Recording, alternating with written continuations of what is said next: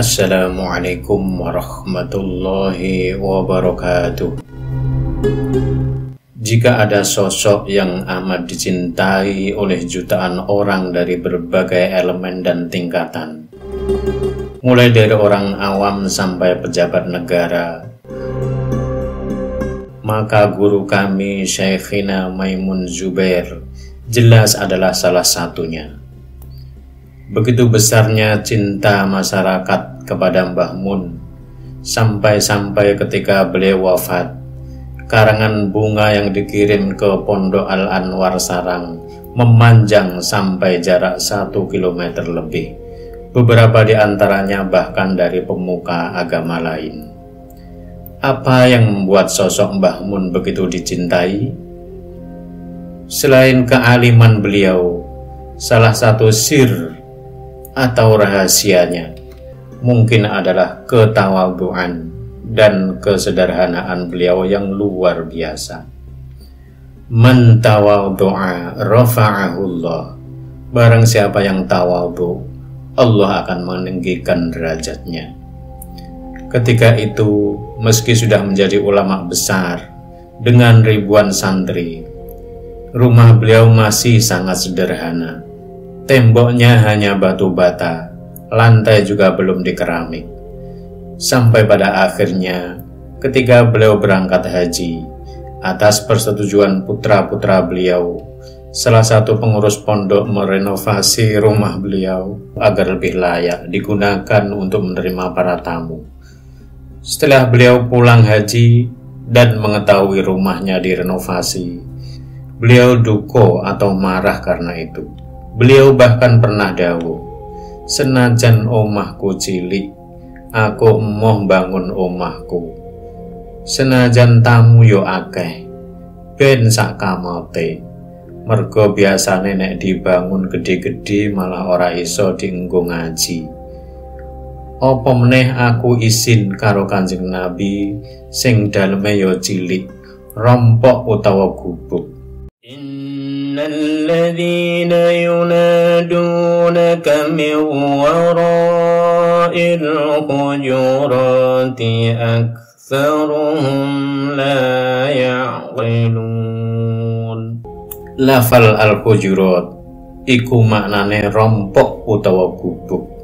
Terjemah dalam bahasa Indonesia, meskipun rumah saya kecil, saya gak mau bangun rumah saya. Meskipun tamu banyak, biar semuanya saja, karena biasanya kalau dibangun rumah besar, nanti malah gak bisa dibuat ngaji.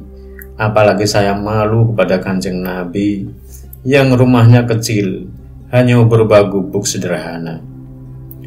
Salah seorang ning dari situ Bondo pernah bercerita kepada saya, ketika muktamar NU di Sukorejo pada tahun 1980-an, Mbah Mun menginap di rumah keluarganya yang tidak jauh dari lokasi acara. Ketika itu beliau jauh-jauh berangkat dari Sarang naik mobil pickup bersama istri dan supirnya. Di bagian belakang pickup ada kompor, minyak gas, minyak kelapa, beras 1 karung, kerupuk mentah, ikan-ikan laut yang dikeringkan, dan lauk pauk lainnya sebagai bekal selama mengikuti 3 hari rangkaian muktamar. Kata beliau agar tidak merepotkan tuan rumah. Beliau juga merupakan sosok yang sangat totalitas dalam mendidik para santrinya. Sampai sekarang saya masih ingat betul kenangan ketika beliau yang meski selelah apapun, pulang dari perjalanan sejauh apapun, dan dalam usia yang sangat sepuh seperti itu, selalu meluangkan waktunya untuk mengajar santri-santrinya. Tidak jarang karena saking capeknya, beliau tertidur beberapa detik di tengah-tengah membacakan kitab untuk kami. Di bulan Ramadan beliau bahkan bisa berjam-jam duduk tanpa henti untuk membacakan kitab.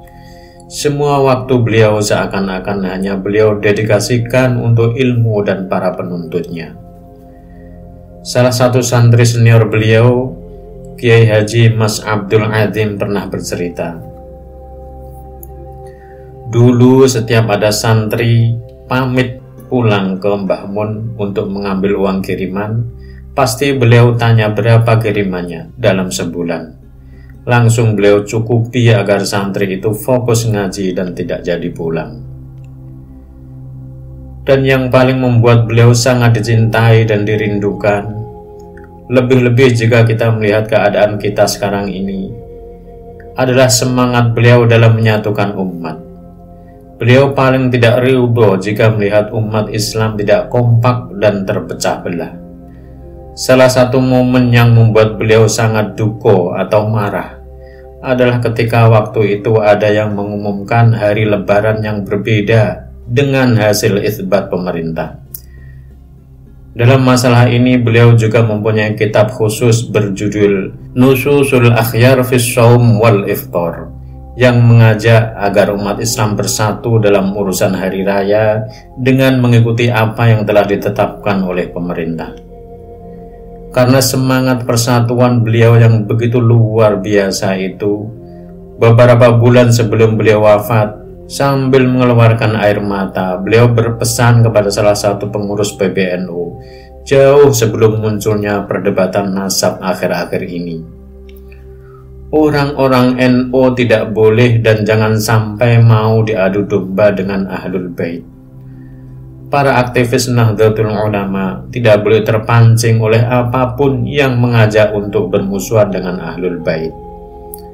Dan pada masa-masa fitnah seperti sekarang ini, kita benar-benar merasa kehilangan akan sosok pendamai dan penyejuk seperti beliau.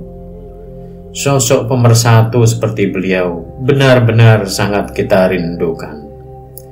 Dalam momen haul beliau yang kelima, untuk ruh beliau Syekhina Kiai Al-Hajj Maimun Zubair, kita kirim Al-Fatihah. Ditulis oleh Kiai Al-Hajj Ismail Amin Khalil, Bangkalan, 12 Juni 2024. Terima kasih kepada Kiai Ismail Amin Khalil, Bangkalan. Semoga bermanfaat apa yang telah beliau tulis. Wassalamualaikum warahmatullahi wabarakatuh.